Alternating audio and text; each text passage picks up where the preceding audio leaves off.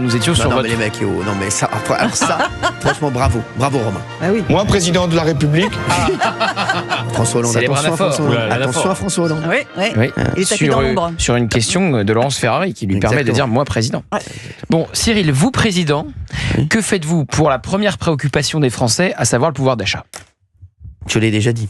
Gauthier Lebret. Mais on est en Non, mais interview. franchement, non mais attendez, on fait pas une interview comme ça. Là, on parle entre nous. Ok. Moi, je vais vous dire déjà, je pense qu'il faut, je le dis, je pense que le prochain président en 2027, et moi je suis pas, voilà, on vous donne des idées, on donne des idées, des ambitions. Oui, voilà, pour moi Vous déjà, n'avez aucune ambition. pour moi déjà, il faut remettre l'argent dans les poches des Français. Il faut relancer la machine. Il faut relancer la machine économique. Je suis désolé. Déjà pour moi, un Français qui travaille ne peut pas ne pas s'en sortir. Un Français qui travaille de 9h du matin à 18h, il peut pas se retrouver le 10 du mois en n'ayant rien dans son frigo. Ça n'est pas possible. Aujourd'hui, on nous a toujours dit à l'école, si tu travailles, si tu as un travail, tu t'en sortiras. Si t'as pas de travail, tu t'en sortiras pas. Aujourd'hui, il y a beaucoup de Français qui travaillent, qui ne s'en sortent pas. Alors déjà, ça passe, je pense vraiment que ça passe par déjà la réduction des charges patronales. On est obligé.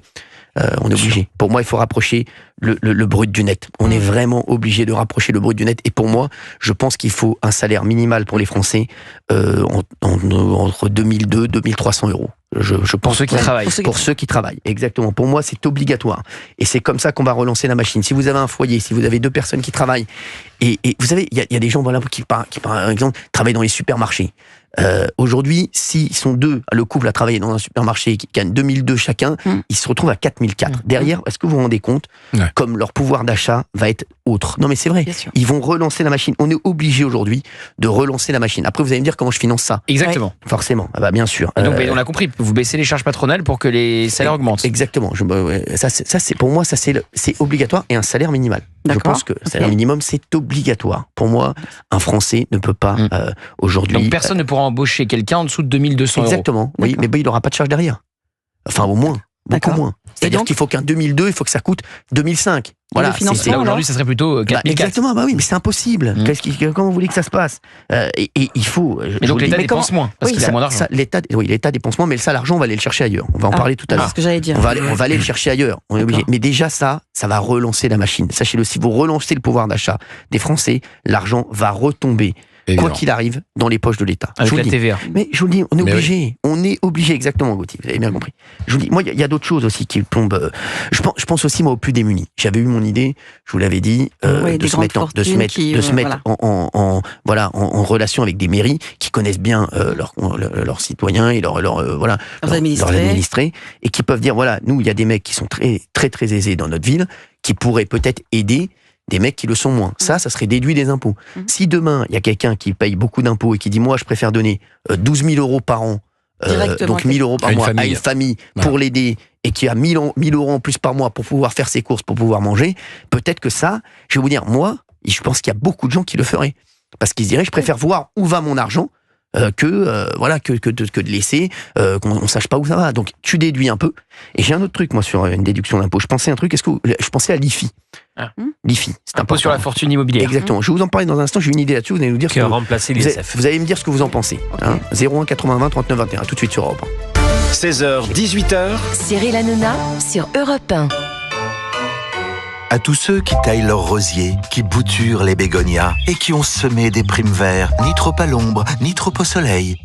Attention, attention, les enfants débarquent dans le jardin. Bah oui, c'est Pâques. Intermarché offre 10 € en un bon d'achat, des 20 € d'achat sur tous les chocolats de Pâques. Et c'est aussi sur notre appli.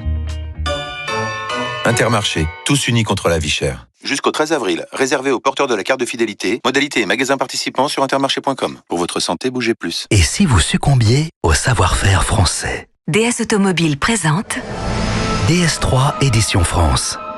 Richement dotée et produite en France, cette nouvelle édition limitée, forgée dans l'élégance, vous séduira avec ses finitions dorées. DS3 Édition France 100% électrique, à partir de 290 € par mois. Prise de rendez-vous et conditions sur dsautomobile.fr. DS Automobile. Pour les trajets courts, privilégiez la marche ou le vélo.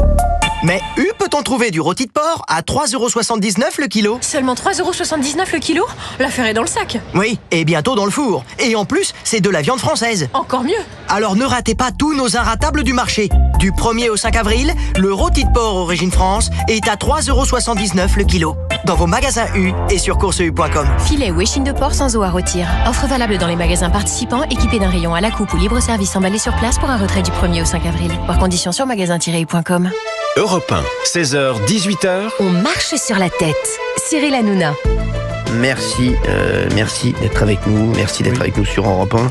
Merci beaucoup. Alors, Gauthier Lebret, Valérie Benaïm, Olivier d'Artigol et Fabien Lecoeuf sont à fond. Ouais. Sont à fond. Donc, vous vouliez poser une question sur l'IFI. C'est ça? Alors, vous vouliez modifier. Donc, il faut savoir que Emmanuel Macron, quand il arrive en 2017, il supprime l'ISF, l'impôt sur la fortune, et il crée l'IFI, l'impôt sur la fortune immobilière. J'aurais enlevé l'IFI et j'aurais fait une autre taxe. C'est sur quoi? Sur une taxe sur l'immobilier solidaire. C'est-à-dire qu'au lieu de mettre, il y a des personnes qui payent en IFI, je vous le dis, 100, 200 000, 300 000 euros par an. Ouais.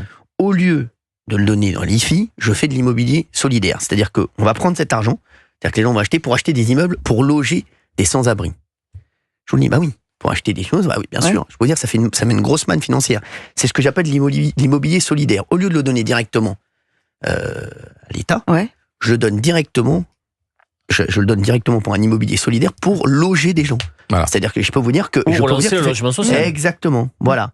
Je pense que c'est beaucoup mieux comme ça. Moi, je vous le dis, je pense qu'il faut une traçabilité de ce que vous donnez. Exactement. En fait, ça, au moins, le mec, il sait, il a donné 200 000 euros, il sait qu'il y a un immeuble qui va être là pour s'occuper de gens qui sont en difficulté. Et ça répond à ce que nous disent très souvent nos auditeurs, en disant, nous, on veut bien payer l'impôt, mais on ne sait pas à quoi ça sert. Bien sûr. Vu l'état de nos services publics, on ne comprend pas. Voilà, exactement. Vous savez que... Vous trouvez pas? Non, mais sans rigoler. Et je pense aussi, je vous le dis, et donc, comme ça, au moins, on voit où va notre argent. L'IFI, aujourd'hui, quand on donne 200 000 euros d'IFI, on ne sait pas où il va. Non, aujourd'hui, c'est noyé. Mais oui, c'est ça, c'est noyé. Oui, mais si demain, vous vous rendez compte, aujourd'hui, vous vous rendez compte le nombre de gens qu'on pourrait loger et le nombre d'immobiliers solidaires qu'on pourrait acheter? Non, mais c'est vrai. Je veux juste rappeler c'est important. Une promesse d'Emmanuel Macron qui, en 2017, avait dit, au bout de la première année de mon quinquennat, il n'y aura plus de SDF dans la rue. Bon, qu'est-ce que tu fais pour les personnes handicapées? Parce que c'est quelque chose qui te tient. Ça, on va en parler après, parce que c'est très important. Ça, c'est pour moi, c'est une des priorités, vraiment pour les personnes handicapées. Oui, Christine O'Krent, j'arrive dans 2 petites secondes. Non, mais est-ce que ça vous plaît, l'idée de l'IFI? Oui, évidemment. Oui, très intéressant. Je pense que tout impôt, en tout cas, doit être. On doit savoir où va notre argent. C'est ce que je dis. Sur l'idée de la traçabilité, que ça soit sur tel ou tel domaine. Le problème, c'est qu'on va réconcilier le pays par rapport au geste fiscal. Je suis pour un impôt solidaire immédiat. C'est-à-dire l'idée des plus aisés qui aident les moins fortunés tout de suite. On le voit tout de suite. Ça veut dire qu'on va voir le résultat directement. Et sur, je vous dis, sur l'impôt donc sur l'investissement dans l'immobilier solidaire, on va le voir tout de suite aussi. Moi, je vous dis, c'est parce que ça touche aussi, tout ça touche pour moi à la sécurité, à plein de choses. C'est-à-dire que plus les gens, on va pouvoir mettre les gens dans les logés, qu'il y ait moins de SDF, qu'il y ait moins de gens dehors. Exactement. Ah oui. Et je pense que c'est pour moi toute la clé part quand même de l'économie. Après, je vous pose la question, mais je ne sais pas ce que vous en pensez, mais je pense vraiment, Gauthier Lebret, que c'est ça. Je pense que tout part de là, moi, quand même. Bah, c'est évidemment. On a besoin d'argent pour financer tel ou tel projet, même pour en matière sécuritaire et migratoire. Il y a besoin d'argent pour payer les policiers, donc tout part de l'impôt des Français, mais il faut mieux comprendre où va l'argent des Français, à quoi il sert et ce qu'il finance. Sur les dépenses publiques et de l'administration aussi. Je pense j'ai noté un truc. Il faudrait supprimer un étage administratif. Bah oui, je vous le dis. Bien sûr. Peut-être même déjà, c'est gentil. C'est collectivité. Ah oui. Et puis le nombre de députés. Vous avez vu que les députés veulent pas que les circonscriptions soient plus grandes. Bien sûr. Pourquoi? Parce qu'il faut enlever le nombre de députés. Aujourd'hui, on a 577. C'est énorme. Mais il faut en enlever, mais bien sûr. Pour 80 millions. Vous vous rendez compte combien ça coûte? Il faut en enlever au moins une centaine. Non mais franchement, c'est vrai. Alors sur les strates, tu as commune, interco, département, région. Beaucoup de personnes disent qu'il y a une réflexion qu'on peut avoir en regroupant 2 de ces 4 collectivités. Et on est d'accord. Voilà, on est d'accord. Voilà, mais même l'administration, elle est monstrueuse partout. Et dans les universités, dans les hôpitaux, mais je suis d'accord. Pour moi, il faut enlever une strate et il faut renforcer le pouvoir des maires. Et limite, augmenter les maires. C'est le cœur battant. Je suis d'accord. Ça, c'est très important parce que c'est le cœur battant de la démocratie. Quand le maire, il dit on va faire ça, il le fait. Voilà, c'est-à-dire qu'il y a sa population qui peut vérifier si c'est fait, à quel calendrier, etc. C'est là où on peut encore jauger de la réalité des politiques qui sont mises en œuvre. Et dans plein de petites communes, dans plein de petites communes, les maires ils prennent 500 € de dédommagement par mois. C'est ça. Ils sont en fait médecins, ils font quand autre vous chose. voyez des députés, vous avez vu le salaire des députés ? Il faut réduire les députés pour moi, vraiment drastiquement, parce qu'il faut agrandir les circonscriptions et donner plus de pouvoir aux maires qui sont au contact des Français tous les jours. Et remettre les députés maires. Gauthier a raison, vous remettez députés maires, vous faites donc des circos plus grandes et vous fusionnez, c'est-à-dire conseiller général, conseiller régional, c'est qu'un seul mandat. Comme ça fait tomber un. Je veux juste dire que... Vous voyez, les mecs, vous êtes quand même d'accord. Supprimer les députés maires, c'est François Hollande encore. Je sais. C'est comme l'éligibilité de Marine Le Pen avec l'exécution provisoire. Bien sûr. Calcul politique. Mais il y a plein de choses. Et je pense que les maires sont, pour moi, aujourd'hui, c'est aujourd'hui, ce sont les plus importants dans le dispositif. Il faut aujourd'hui, pour moi, vraiment donner plus de pouvoir aux maires, plus d'argent, qu'ils aient plus d'argent, les maires, qui vraiment aujourd'hui, je vous dis, parce qu'aujourd'hui il y a un maire sur deux qui veut pas se représenter aux prochaines municipales l'année prochaine. Mais les maires, c'est ce qu'il y a de plus important. On vous rendez compte combien on donne aux députés ? Et vous vous rendez compte qu'il y a des maires, il a raison, ils prennent un dédommagement de 500 € par mois. Oui, c'est insultant. Mais c'est pas possible. C'est pas possible. Il y a d'autres choses. Je parle, moi, je pensais également aux prisons. Oui. Parce que les prisons, on dit toujours que les prisons sont. C'est pas possible. Aujourd'hui, personne ne veut construire de prison dans ces villes. Il n'y a pas un maire, justement. Pour le coup, il n'y a pas un maire qui souhaite avoir sur sa commune. Et on peut le comprendre. On peut le comprendre. On peut le comprendre. Après, voilà. Et surtout, les prisons. Et aujourd'hui, vous avez vu comment elles sont. Il faut les désengorger. En maison d'arrêt, on est à 180%. Il y a des matelas par terre, c'est pas possible. Bien sûr. Mais on est à x3 dans certaines séries. Moi, je suis. Pour moi, déjà, ce qu'a fait Gérald Darmanin, déjà, je trouve ça top. D'avoir fait une prison pour tous les grands trafiquants. Ça commence cet été. Exactement. Ça déjà, parce que je pense que mélanger tout le monde dans les prisons, ça n'est pas possible. Ça, c'est pas possible. Il faut juste mettre des conditions de sécurité acceptables pour les gardiens de prison. Exactement. Parce que vous savez comme ils peuvent être menacés par les narcotrafiquants au sein des prisons, qui ensuite font en sorte qu'ils se retrouvent agressés ou que leur famille se retrouve ciblée à l'extérieur. Exactement. Donc je crois qu'il va y avoir un système pour les anonymiser, pour leur mettre des cagoules et que les détenus ne savent pas à qui ils ont affaire. Exactement. Et la surpopulation carcérale, elle nuit aussi au bon fonctionnement pour les gardiens de prison. Non, mais je pense qu'il doit y avoir des prisons pour les petites peines. On est obligé une prison faite que pour les petites peines. C'est-à-dire qu'un mec, comme ça, on va pouvoir mettre des petites peines de 2, 3, 4 mois de prison avec des mecs qui vont pas se retrouver, avec des mecs qui ont pris 25 ans. Des tueurs, des violeurs. Et Carl Zéro en parlait la dernière fois, c'est lui qui a parlé du Guantanamo à la française. Moi, je suis... Carl Olive. Carl Olive, exactement. Carl Zéro, je pense qu'il en a parlé aussi. Carl Olive. Et je suis désolé, moi, pour les très grosses peines et pour les violeurs, les tueurs, les multirécidivistes. Je suis désolé, on a besoin de ça. Vous pouvez pas mettre ces gens-là avec des mecs qui vont prendre 3 mois ou 4 mois. Vous pouvez pas mêler ces mecs-là. Alors c'est déjà le cas, oui, parce que notamment Ensisheim ou Sévères, c'est une prison. Pierre Botton qu'on reçoit souvent ici, qui est tombé pour exactement, des affaires financières, s'est retrouvé avec un violeur de bambins à 2 cellules de la sienne. Ah oui. C'est quand même un souci de mélanger des violeurs de tout petits avec des personnes qui ont commis des infractions financières, que ça n'a rien à voir quand même. Hein. Bien sûr.